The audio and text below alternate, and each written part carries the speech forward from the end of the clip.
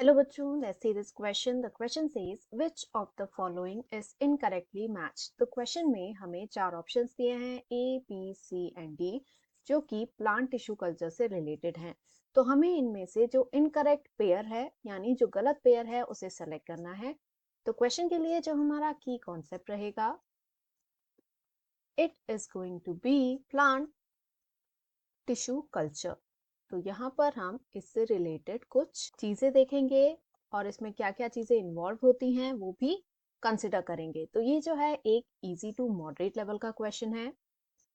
जो plant tissue culture है इसमें हम कल्चर करते हैं ऑफ वेरियस प्लांट पार्ट्स. तो ये सेल्स भी हो सकते हैं, टिश्यूज हो सकते हैं और दे कैन बी ऑर्गन्स जिन्हें प्लांट से एक्सट्रैक्ट करके ग्रो किया जाता है इन विट्रो यानी इन द लैब, यानी आर्टिफिशियल मीडियम में इन्हें ग्रो किया जाता है ताकि हमें कंप्लीट प्लांट जो है उससे ऑब्टेन हो सके. एंड ये जो भी सेल, टिश्यू या ऑर्गन हम प्लांट से एक्ससाइज करते हैं यानी कट कर कर निकालते हैं फॉर कल्चर, इसे कहा जाता है एन एक्सप्लांट. तो इसे हम एक्सप्लांट कहते हैं. एंड इस एक्सप्लांट को फर्दर कल्चर करते हैं जब हम, तो इसके बाद ये फॉर्म कर लेता है एक अनडिफरेंशिएटेड मास, यानी उसमें कोई पर्टिकुलर ऑर्गन फॉर्म नहीं होता, वो केवल एक मास ऑफ सेल्स होता है जिसे कहा जाता है कैलस. अब इस कैलस को हम कौन सा न्यूट्रिएंट प्रोवाइड करेंगे उस पर डिपेंड करता है कि इसमें से क्या डेवलप होगा. अगर हम चाहते हैं कि कैलस में रूट का डेवलपमेंट हो, रूट बड की इनिशिएशन हो, तो हम इसे ऑक्सिन की सप्लाई देंगे. वेरएस अगर हमें शूट बड्स को डेवलप करना है कैलस के अंदर तो हम इसे साइटोकाइनिन सर्व करेंगे. तो इस तरीके से ये दोनों जो है डिसाइड करते हैं कि रूट का फॉर्मेशन होने वाला है या फिर शूट का फॉर्मेशन होने वाला है. एंड इन दोनों का रेशियो मेंटेन करके रखना in the tissue culture is very important ताकि प्रॉपर जो है डेवलपमेंट हो सके प्लांट का. बिकॉज ये जो कैलस है यही आगे जाके हमें कंप्लीट प्लांट फॉर्म करके देने वाला है. अब क्वेश्चन में जो हमें ऑप्शन दिए हैं वो स्टडी करते हैं. फर्स्ट कह रहा है x plant excise plant part use for callus formation.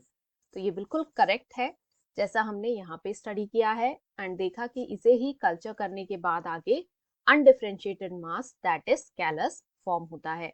Second कह रहा है साइटोकाइनिन रूट इनिशिएशन इन कैलस. तो ये इनकरेक्ट है. व्हाई? बिकॉज यहाँ हमने देखा कि रूट को इनिशिएट करने के लिए हमें ऑक्सिन की जरूरत होती है, साइटोकाइनिन हमें शूट के लिए जरूरी होता है. सी कह रहा है somatic embryo produce from a vegetative cell. तो ये बिल्कुल करेक्ट है बिकॉज यहाँ पर यदि हम देखें तो ये जो सेल, टिश्यू, ऑर्गन्स हम ले रहे हैं ये वेजिटेटिव सेल्स हैं. They are not the germ cells. तो इस वजह से इनसे जो भी एम्ब्रियो फॉर्म होने वाला है ये कैलस आगे जाकर जो एम्ब्रियो फॉर्म करेगा जो कि फर्दर कंप्लीट प्लांट में डेवलप होगा. तो ये जो एम्ब्रियो है ये सोमैटिक एम्ब्रियो होगा compare to the other natural embryos. तो hence this statement is correct. D कह रहा है एंथर कल्चर हैप्लॉइड प्लांट.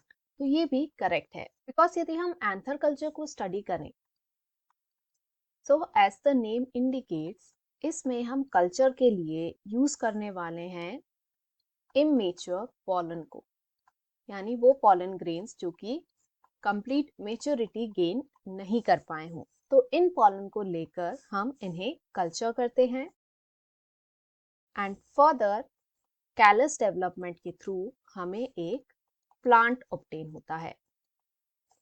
तो ये जो पॉलन है this is not a vegetative cell, rather ये एक हैप्लॉइड सेल होता है, यानी इसका जो क्रोमोसोम नंबर है इट विल बी n. तो जाहिर सी बात है अगर हम इसे कल्चर करें यानी ये डिवाइड हो, मल्टीप्लाई हो एंड कैलस फॉर्मेशन हो तो इससे जो प्लांट मिलेगा वो भी हमें n कंडीशन में ही मिलेगा. That is this plant is going to be haploid as well. यानी ये जो लास्ट ऑप्शन दिया हुआ है ये भी करेक्ट है। अब क्वेश्चन में हमसे पूछा था कि इनकरेक्टली मैच्ड पेयर कौन सा है। तो जैसा हम यहाँ पर देख सकते हैं कि ये जो बी ऑप्शन दिया हुआ है ये इनकरेक्ट है, तो हम बाकी को मिटा देंगे एंड जो हमारा करेक्ट ऑप्शन रहेगा it will be option B, that is cytokinin root initiation in callus. Hope you understood it well. Best of luck.